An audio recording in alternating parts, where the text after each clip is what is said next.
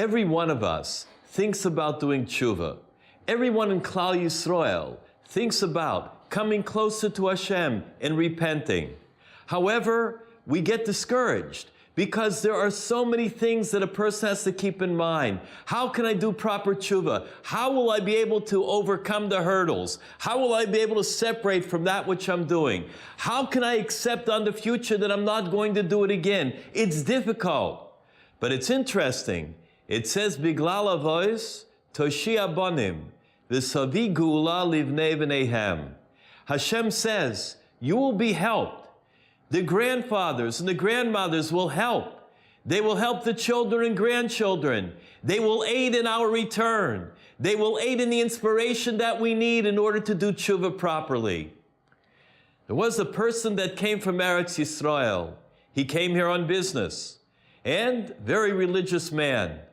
His business took him to Miami Beach, Florida. While he was there, he looked up a nephew that he had that unfortunately had parted from the Torah, and since he was young, had already gone in a much different path than his father and grandfather.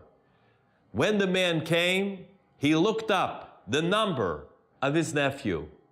He called up the nephew, and the nephew was very surprised to hear the voice of the elderly uncle. And he said, please, will you come to my house? It would be a kavod, it would be an honor for me to see you. The uncle was somewhat hesitant. He didn't know what he's going to find. He didn't know what he's going to see. He didn't know if there's going to be any semblance of Yiddishkeit, of Judaism. The uncle came, found the address, pulled up to the house, got out of the car, and he was shocked. On the door there was a mezuzah, a large mezuzah. He never thought that the nephew was going to have a mezuzah on the door. He knocks on the door. The nephew opens it up. The nephew's wearing a big kippah, a yarmulke on top. Not only that, but the nephew has inside of his house bayis molei sfarim, all types of Hebrew books, Chumash and a Siddur and a Mishnah. The uncle can't believe it. He walks into the dining room and he sees a huge candelabra for Shabbos. He's wondering what happened. He sat down, and the nephew sat on the other side of the table. He saw that his uncle cannot understand it. He saw the wonderment in his uncle's eyes. Finally, he said, I want you to know, is 1 year ago, I was on the beach. I was soaking up the rays. I was getting a suntan. And there, while I'm sitting in my swimming suit, suntan lotion on me, all of a sudden, I see about 200 men, dark suits, some with hats, some with beards, and they're coming onto the beach. And I'm wondering, what is going on here? I never saw these kind of people at the beach. I was curious. Then each one opened up a siddur. They all opened up their prayer books and they began to pray. I couldn't get over it. Curiosity got the best of me. I walked over and I asked one of the people there, what's going on? He explained, today is Rosh Hashanah.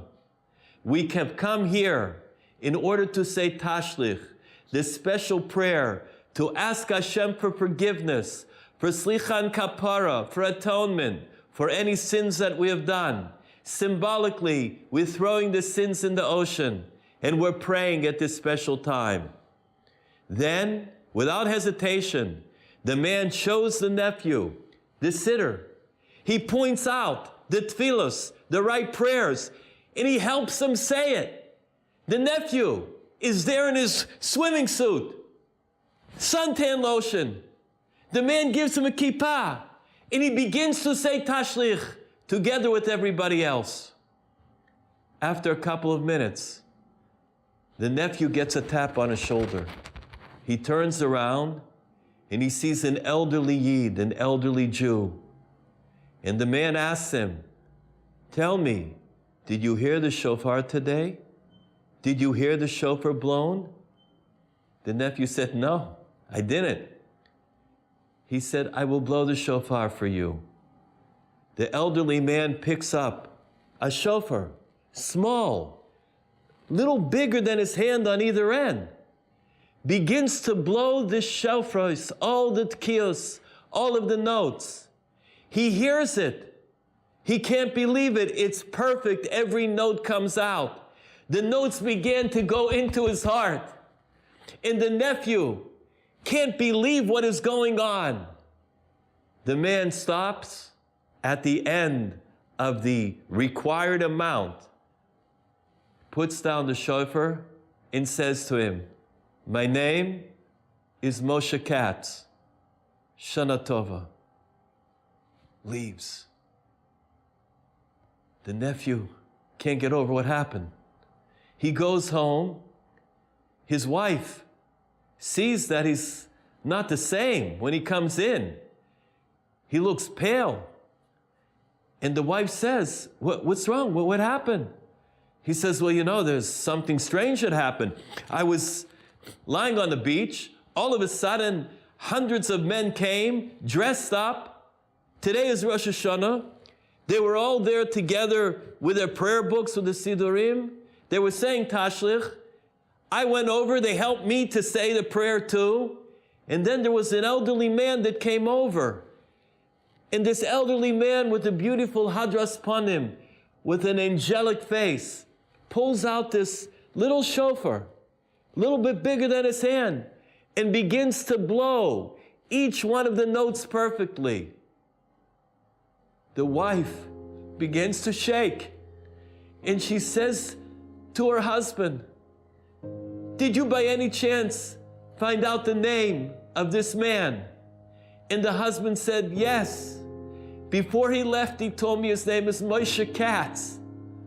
Moshe Katz? The wife grew pale, fainted on the carpet.